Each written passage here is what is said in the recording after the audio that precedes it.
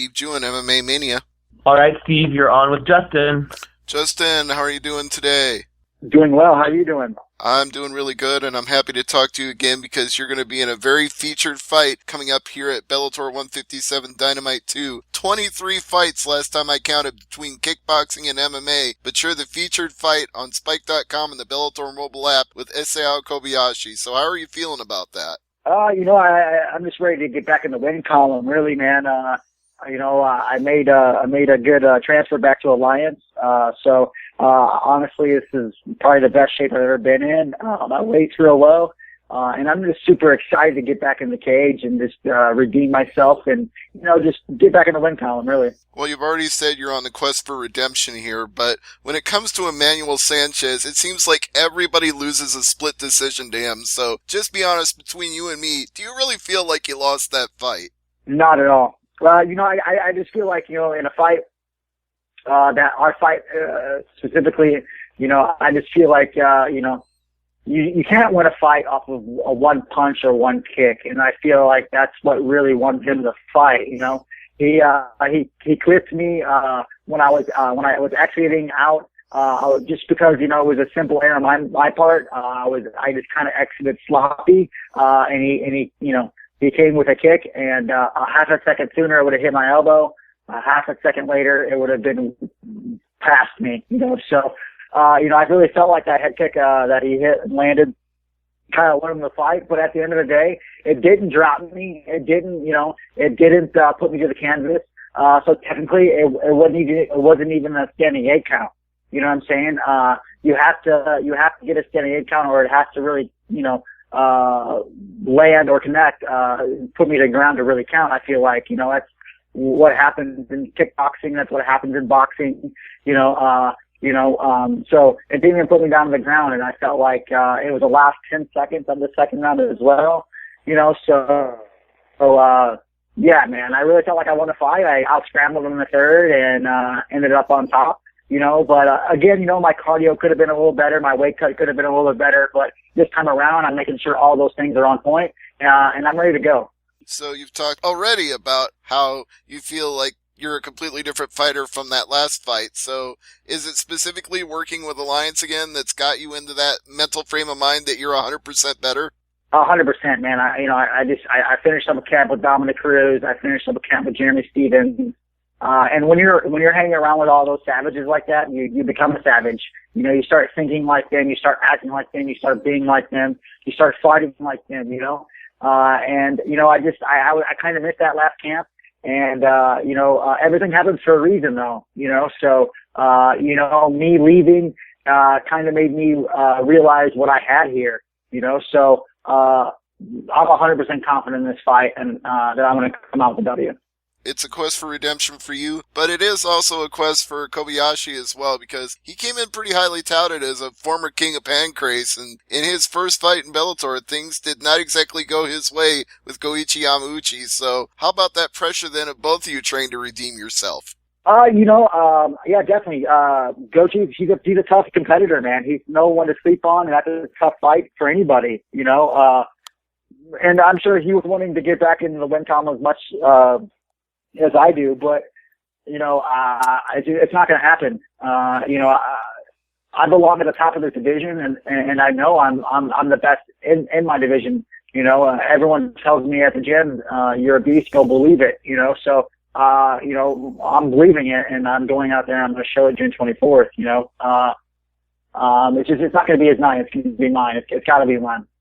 Well, it doesn't sound like you're worrying too much about Kobayashi's quest for redemption then, but how do you feel he matches up specifically, and have you had a chance to watch any of his Pancrase fights? Definitely. I really feel like he's definitely tough. He's 18, 18-3 is not a slouchy record, but at the end of the day, records don't mean a whole lot when you do step in that cage, I just feel like, he's going to, once he feels the speed difference, I know he's a southpaw, and that's going to be tricky. I've been working nothing but southpaw the entire camp. So I'm well prepared for that. And I feel like he's going to really try to be taking me down, holding me against the fence, just like everyone does once they feel, the power and the speed difference. So, as long as I sprawl and brawl and, I keep it my fight, I should be winning, no problem. This is a very international feeling card for a show in St. Louis with your fight with Kobayashi. We got Sam Onatafa taking on Matt Mitrione and Satoshi Ishii taking on Quentin Rampage Jackson. So how do you feel about this international flavor all coming to St. Louis? Yeah, I think it's great for St. Louis and just the fight game around St. Louis. I think it's an awesome event. I feel like the Scott Trade Center is a great venue.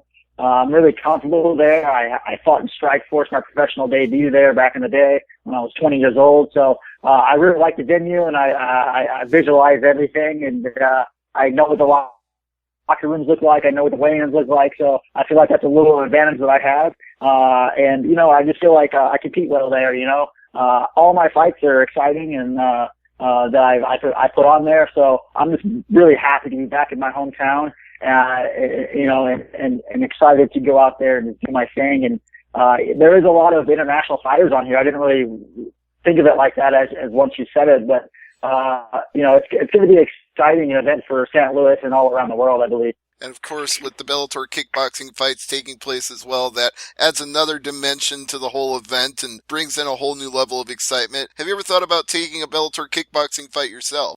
Oh yeah, definitely. 100%, man. I was, when I heard it was Dynamite, I said, hey, I'll do a kickboxing fight. I love kickboxing. That's what I was brought up in, and, it would be really cool to maybe strap on those gloves again and go out there and try to maybe do a kickboxing fight. But, it would be cool to do 3-minute rounds again. I can tell you that. Yeah, that'd be awesome to do. It's definitely in the back of my head. Well, the last time we talked, you were on a 4-fight win streak, and now you're having to reset, as you've already noted yourself. But a win here with Kobayashi being a former King of Pancrase and a dangerous opponent, that puts you right back in that mix in the featherweight division. So do you visualize this going well, leading to Daniel Strauss in the near future? Yes, 100%. I do. I really do. A win over Isao Kobayashi, he's super tough, man. And sorry if I pronounced his name wrong. No disrespect. I really feel like winning over a top guy like that will definitely put me in the mix. But at the end of the day, I'm really still hunting that fight with Emmanuel. I feel like that fight should have been mine. Well, that was actually my next question, was if you wanted to get a rematch with Sanchez before that. 100%. I asked for a rematch. I asked for a fight. He agreed to it verbally, but, he's signed another fight. So at the end of the day, we really know who he wants to fight. He doesn't want to fight again. But I would love that fight again, man. I really feel like I can't look past this fight I got coming up now at all. But it's definitely in my head, and I definitely think about it every day. All right, I want to take you back a little bit and ask you about Max Holloway, because we've seen him rise up in UFC over the years, and you were one of his earlier opponents. So what are your thoughts on when you look back at that Max Holloway, and do you think you could beat him today compared to the fight you had with him back then? Yeah, I felt like I was winning the fight with him. He caught me with a body shot. Again, I was at altitude, first time ever fighting in altitude. That kind of made me mess with my head a little bit. But yeah, I think he's a really tough competitor now. I feel like he's evolved a lot, but so have I. I think it would be a really exciting match. I mean, when you get two strikers in the cage, it's nothing but fireworks typically. So, I feel like, it would be a phenomenal fight, and, I would love to have that fight again, man. Any fight that I lost, but I would love to get redeemed and get an opportunity to do that again. Yeah, unfortunately, we can't get that one because he's outside of Bellator. So maybe we'll just pray for that at some point. But right now, that's not possible. But any other matchups that you're looking to have in the featherweight division besides Sanchez and Strauss? I'm just really looking. I'm not trying to look, forward past who I got here. I feel like. This is a tough fight, and once I knock this fight out, I really want to look down the road. But again, Manuel Sanchez is up there, man. Well, Isao Kobayashi, maybe not the easiest name to pronounce, but definitely a legend from the King of Pancrase to Bellator MMA, and Justin Lawrence, the American Kid, also a legend. So it's going to be two legends colliding right here in the Bellator cage.